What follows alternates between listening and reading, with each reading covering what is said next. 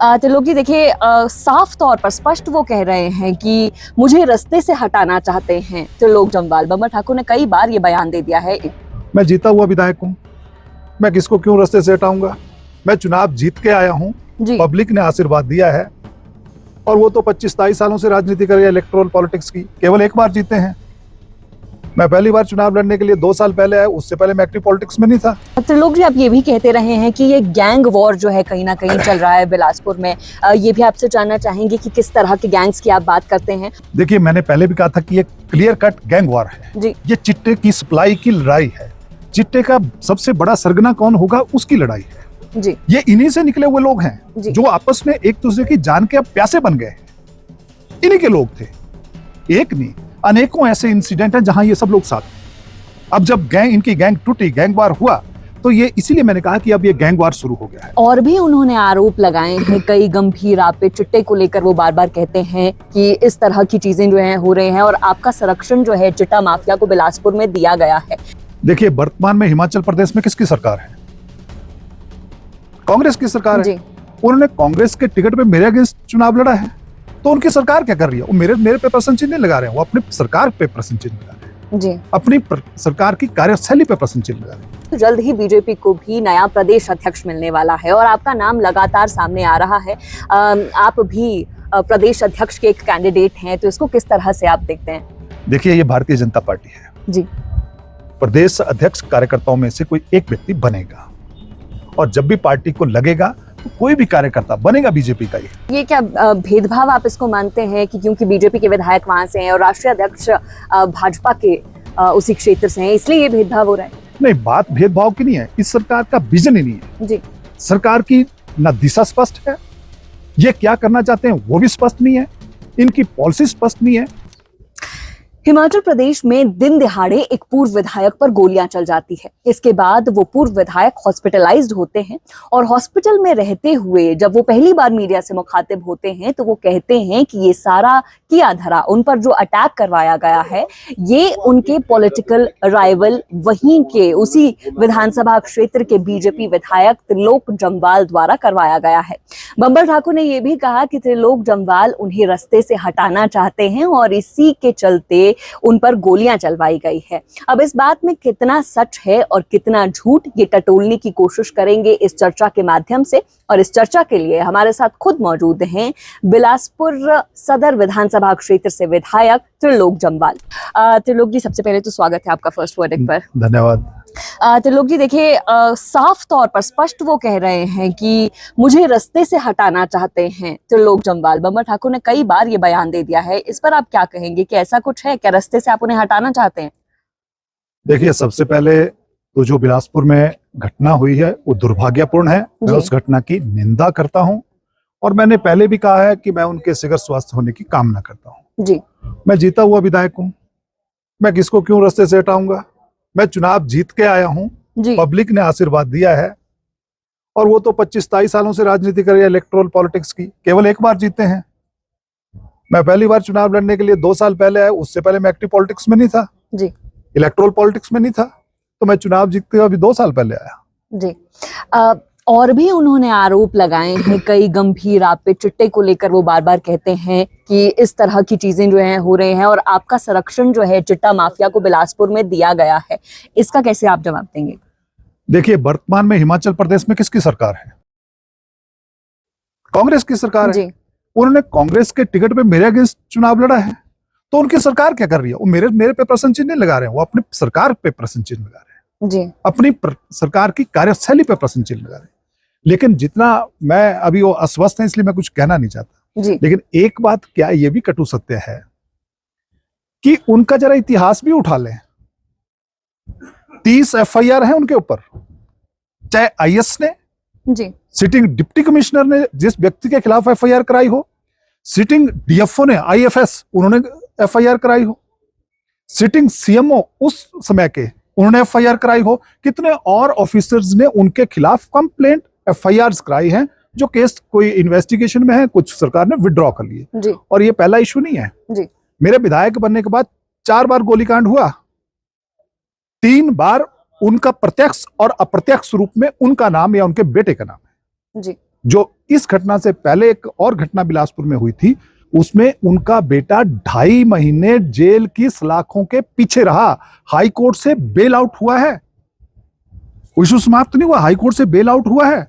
गोली चली बिलासपुर शहर में पहले बार दिन दहाड़े, जी डीसी ऑफिस के सामने, एसपी ऑफिस के सामने, सेशन कोर्ट के सामने दिन दहाड़े पंजाब का एक व्यक्ति जिसको सुपारी देकर लाया गया था। ये मैं नहीं कह रहा हूं, जी जो स्टेटस रिपोर्ट हाई कोर्ट में फाइल हुई है, जब उनके बेटे की जमानत याचिका को रद्द करने के लिए पुलिस ने जो स्टेटस रिपोर्ट, वो कांग्रेस की सरकार में पुलिस ने जो स्टेटस रिपोर्ट डाली, उसमें उन्होंने कहा कि मेन सरगना ये है, और मैं इसमें बिल्कुल डिफर हूं। जी मैंने अनेकों बार ये कहा था कि इसमें बेटा उनका मेन सरगना नहीं था, जी मेन सरगना ये खुद थे, और प्रदेश सरकार में प्रदेश में कांग्रेस की सरकार थी, इस सरकार ने उनको बचाने का प्रयास किया। मैं यहां नहीं कह रहा हूं, जी मैंने विधानसभा के अंदर भी ये कहा था। जी त्रिलोक जी, आप ये भी कहते रहे हैं कि ये गैंग वॉर जो है कहीं ना कहीं चल रहा है बिलासपुर में।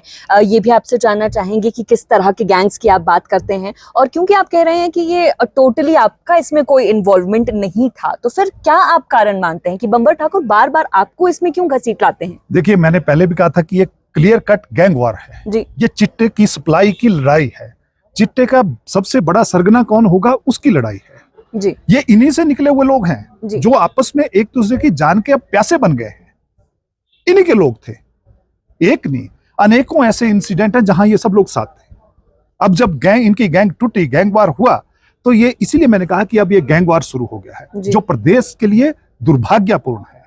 और अगर वो मेरा नाम लेंगे तो थोड़ी कहेंगे कि मैं चिट्टे के सर्वाइवल के लिए लड़ रहा हूं। जी तो इसलिए ये गैंग वार है, जी और इसमें प्रदेश सरकार की जो ढुलमुल नीति है, करप्शन के अगेंस्ट, चिट्टे के अगेंस्ट, सुपारी माफिया के अगेंस्ट। मेरे बिलासपुर में जो पिछली घटना हुई थी, हिमाचल प्रदेश में पहली घटना थी, जी जो पैसे देके शूटर किसी पॉलिटिकल आदमी ने हायर किए थे और किसी को मरवाने के जी। लिए। तो मैंने गोलीकांड के विरोध में तब भी रैली निकाली थी, और इस बार भी जब पूर्व विधायक जी को गोली लगी है, तो मैं इकलौता बिलासपुर का विधायक हूं जो सबसे आगे चला। मेरे पूरे बिलासपुर की बीजेपी, सबसे पहले हमने झंडा उठा के पूरे बिलासपुर शहर में रैली निकाली और डीसी महोदय को ज्ञापन दिया जी कि जो भी दोषी हैं उनको अरेस्ट करें, जो भी इसमें माफिया राज है उन सबके ऊपर उचित कानूनी कार्रवाई होनी चाहिए, और जो शूटर है उनको तुरंत पकड़ा जाए। जी जमवाल जी, आप बिलासपुर के विधायक हैं, वहां की कानून व्यवस्था किस तरह से है वो भी मैं आपसे जानना चाहूंगी। इस गोलीकांड के, ये तो देखिए है ही कि दिन दहाड़े गोली मार के व्यक्ति चले जाते हैं, वो भी पूर्व विधायक को गोली मार के चले जाते हैं और पुलिस उन्हें पकड़ नहीं पाती है।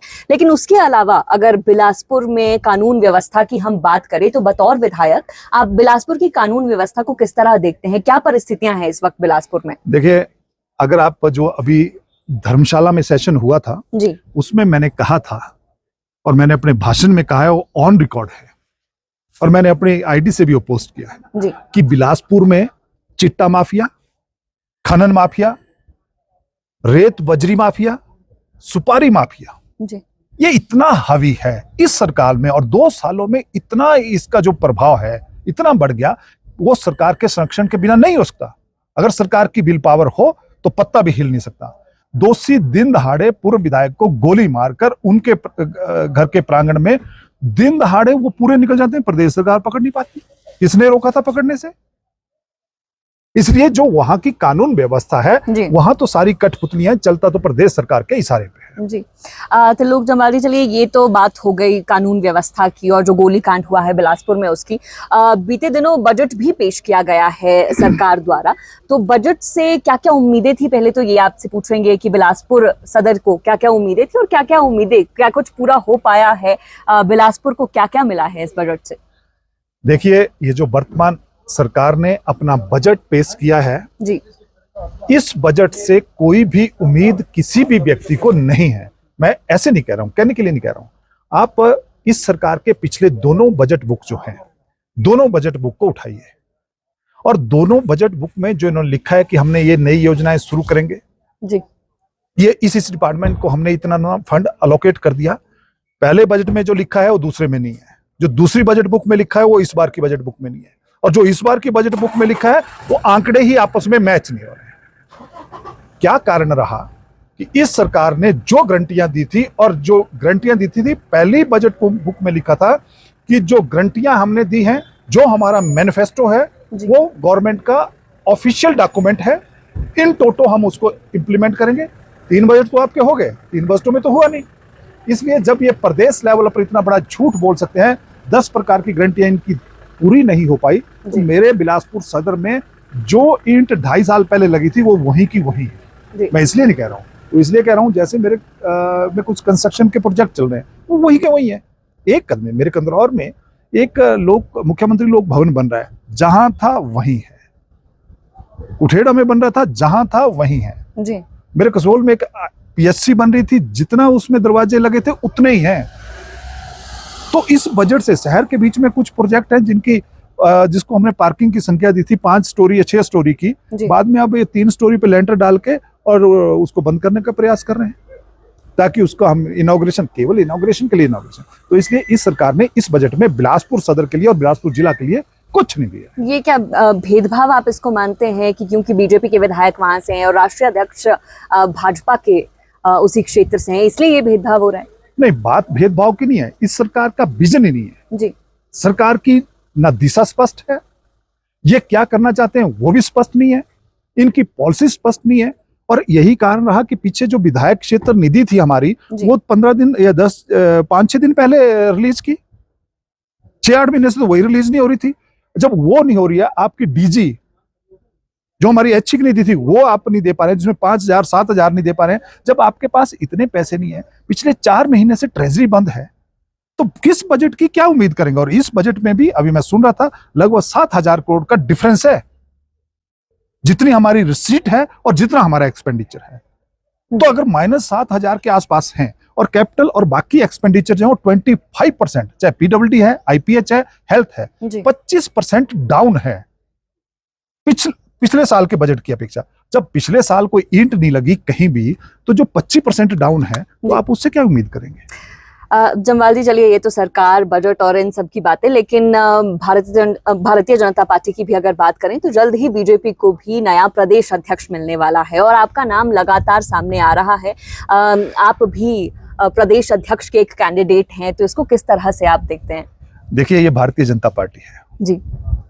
प्रदेश अध्यक्ष कार्यकर्ताओं में से कोई एक व्यक्ति बनेगा, और जब भी पार्टी को लगेगा तो कोई भी कार्यकर्ता बनेगा, बीजेपी का ही वही कोई भी कार्यकर्ता भारतीय जनता पार्टी का प्रदेश अध्यक्ष बन सकता है। अगर पार्टी आपको जिम्मेदारी देती है तो क्या आप तैयार हैं?